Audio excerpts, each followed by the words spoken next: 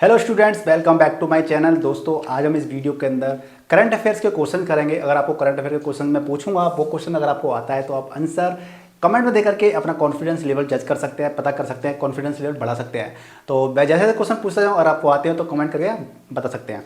तो चलिए, सबसे पहला क्वेश्चन हमारा क्या है, और मैं क्वेश्चन स्टार्ट करूँ उससे पहले रिक्वेस्ट है कि इस वीडियो को लाइक कीजिए, शेयर कीजिए और चैनल पर नया चैनल को सब्सक्राइब कर लीजिए। बेल आइकन को जरूर प्रेस कीजिएगा, जिससे कि आपके पास हमारे वीडियो से नोटिफिकेशन पहुंचते रहेंगे। तो चलिए स्टार्ट करते हैं। तो हाल ही में कौन वर्ल्ड एथलेटिक्स चैंपियनशिप में स्वर्ण पदक जीतने वाले पहले भारतीय खिलाड़ी बने हैं? हरमनप्रीत, नीरज चोपड़ा, मनिका बत्रा, लवलीना बोरबिला। तो हाल ही में जो बुडापेस्ट में जो जारी वर्ल्ड एथलेटिक्स चैंपियनशिप हो रही है, उसमें जेवलिन थ्रो में स्वर्ण पदक जीत करके जो नीरज चोपड़ा है, उन्होंने नाम रोशन किया है देश का। ठीक है, तो इन्होंने सबसे पहला पदक जीता है इसने, इन्होंने नीरज चोपड़ा ने। अगले क्वेश्चन पे हम चलते हैं। हाल ही में किस शहर में भारत का पहला भूमिगत बिजली ट्रांसफार्मर स्टेशन स्थापित किया गया है? दिसपुर, बेंगलुरु, भोपाल और जैसलमेर। तो ये कहाँ किया गया है?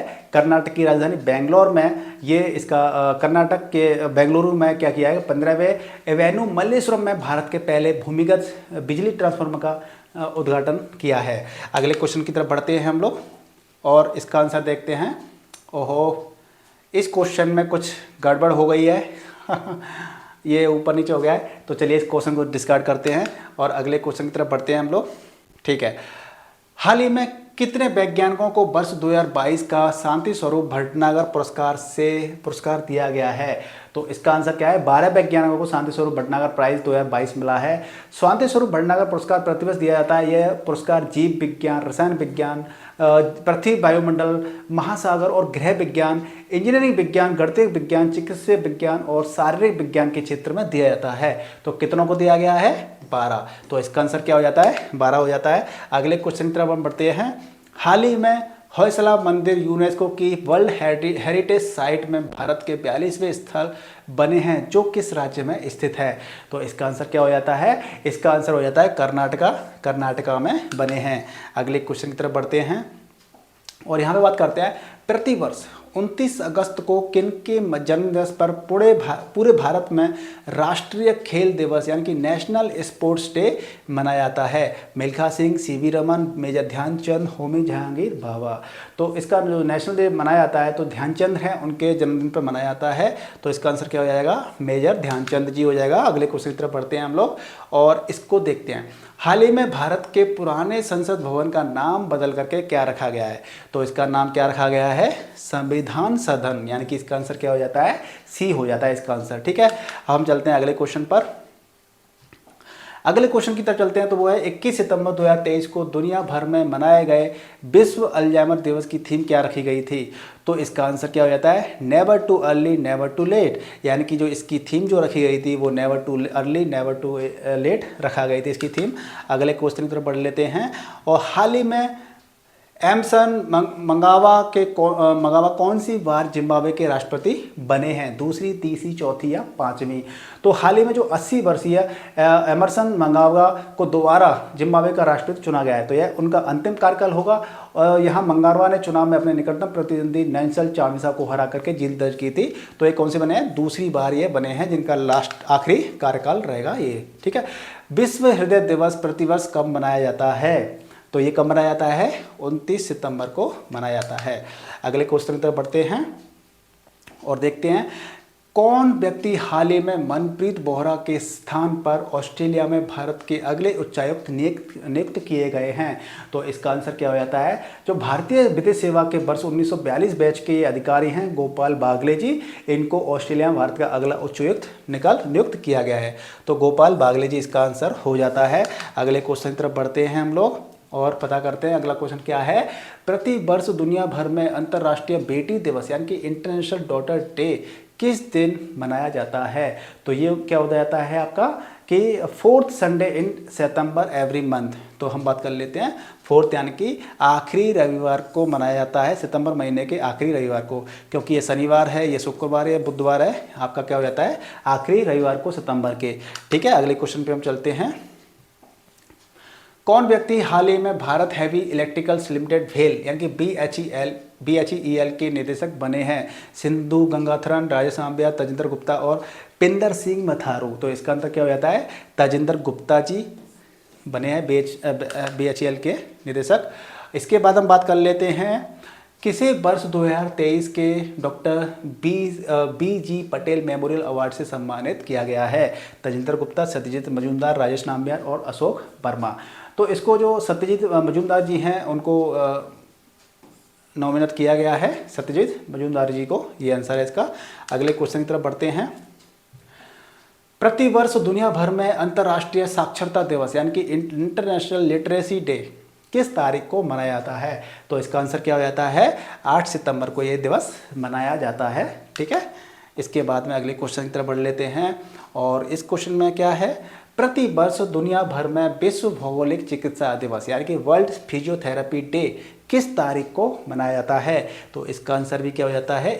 8 सितंबर को ये दिवस मनाया जाता है। ठीक है। अगले क्वेश्चन की तरफ बढ़ लेते हैं।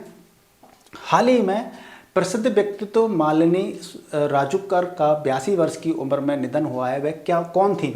वे अभिनेत्री थी, वैज्ञानिक थी, समाज सेविका थी? वो ना ही समाज सेविका थी, ना ही वैज्ञानिक थी, ना ही अभिनेत्री थी। वो क्या थी? गायिका थी। और ये क्या थी? मालिनी राजूकर का आयु संबंधी समस्याओं के कारण उनका 82 वर्ष की उम्र में निधन हो गया था। और ये इन्होंने कई सारे नाट्य पुरस्कार जीते थे और ये राजस्थान के अजमेर में उनका जन्म हुआ था। ठीक है। इसके बाद हम चलते हैं अगले क्वेश्चन पर। किस व्यक्ति के जन्मदिवस पर प्रतिवर्ष पूरे भारतवर्ष में 15 सितंबर को इंजीनियर्स डे मनाया जाता है? तो इंजीनियर्स डे मनाया जाता है मोक्षगुंडम विश्वेश्वरैया इनके उपलक्ष्य इनके ऊपर इंजीनियर्स डे मनाया जाता है। ठीक है। अगले क्वेश्चन की तरफ बढ़ लेते हैं। प्रतिवर्ष दुनिया भर में विश्व नदी दिवस यानी कि वर्ल्ड रिवर डे कब मनाया जाता है? तो इसका आंसर भी क्या हो जाता है? 4th संडे ऑफ एवरी सितंबर यानी कि सितंबर महीने के चौथे रविवार को ये दिवस मनाया जाता है। एक आंसर इसका आंसर हो जाता है।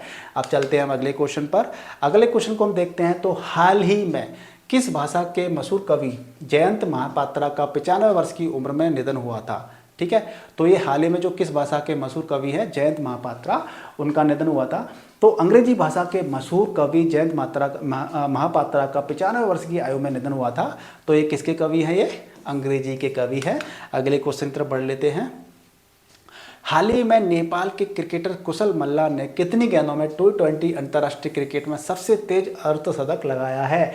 उन्होंने क्या किया था? 34 बॉल यानी 34 बॉल पर ये शतक लगाया था। अगले क्वेश्चन की तरफ बढ़ लेते हैं। 15 सितंबर 2023 को दुनिया भर में मनाए गए अंतर्राष्ट्रीय लोकतंत्र दिवस इंटरनेशनल डे ऑफ डेमोक्रेसी की थीम क्या रखी गई थी? तो इसका आंसर हो जाता है B, empowering the next generation इसकी थीम रखी गई थी। अगले क्वेश्चन की तरफ बढ़ लेते हैं।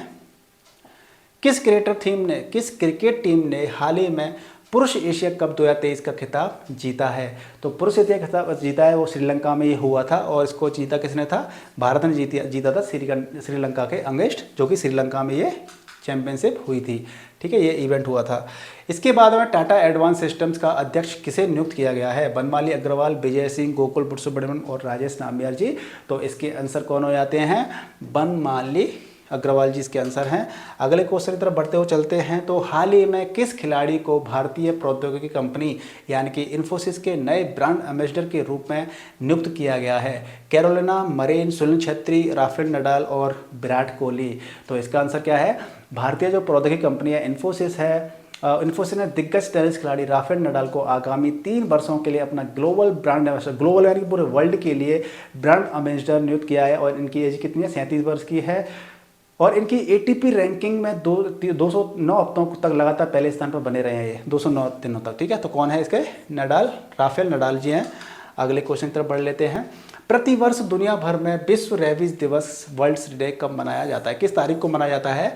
28 सितंबर, 29 सितंबर, 30 सितंबर, 27 सितंबर। तो इसका आंसर क्या हो जाता है? 28 सितंबर को वर्ल्ड रेबीज डे मनाया जाता है। ठीक है। अगले क्वेश्चन की तरफ आते हैं हम। तो मध्य प्रदेश का 7वां और भारत का 54वां टाइगर रिजर्व कौन बना है? तो ये वीरांगना दुर्गावती हैं, इनके ऊपर बनाया गया है। केंद्रीय पर्यावरण, वन और जलवायु परिवर्तन मंत्रालय ने वीरांगना दुर्गावती टाइगर रिजर्व को मध्य प्रदेश का 7वां रिजर्व घोषित किया है। मध्य प्रदेश वैसे ही 6 टाइगर रिजर्व का घर था, अब ये 7 हो गया है। अब 6 कौन कौन से थे? कान्हा था, बांधवगढ़ था, सतपुड़ा था, पेंच था, पन्ना था और संजय डोबरी था।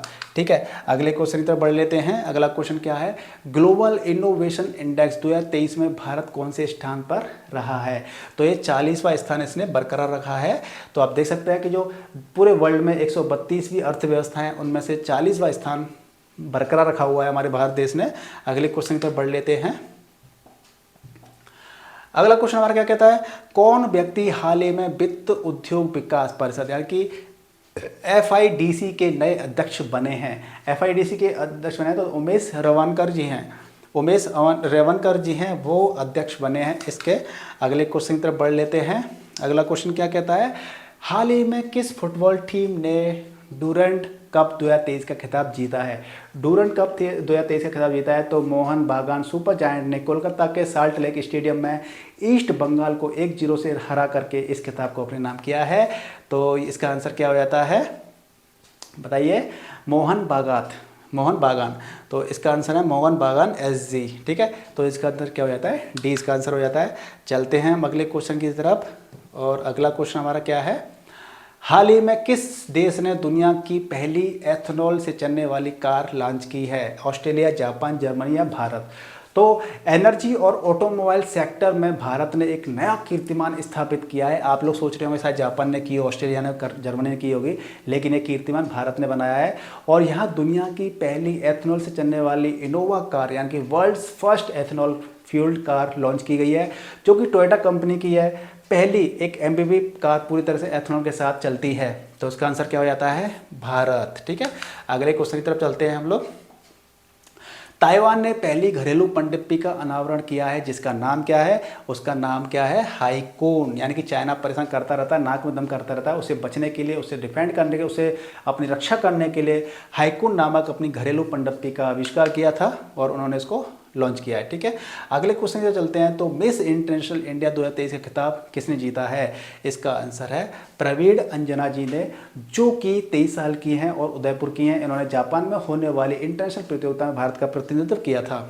ठीक है, अगले क्वेश्चन की तरफ बढ़ते हैं। 29 सितंबर 2023 को दुनिया भर में मनाए गए विश्व हृदय दिवस की थीम क्या थी? इसकी थीम क्या थी?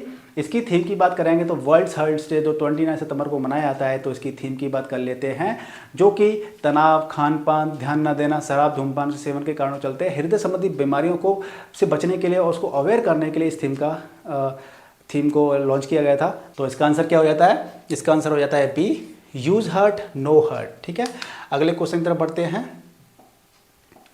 अगला क्वेश्चन है, प्रतिवर्ष 18 सितंबर को किस पेड़ के बारे में जागरूकता फैलाने के उद्देश्य से एक अंतर्राष्ट्रीय दिवस मनाया जाता है?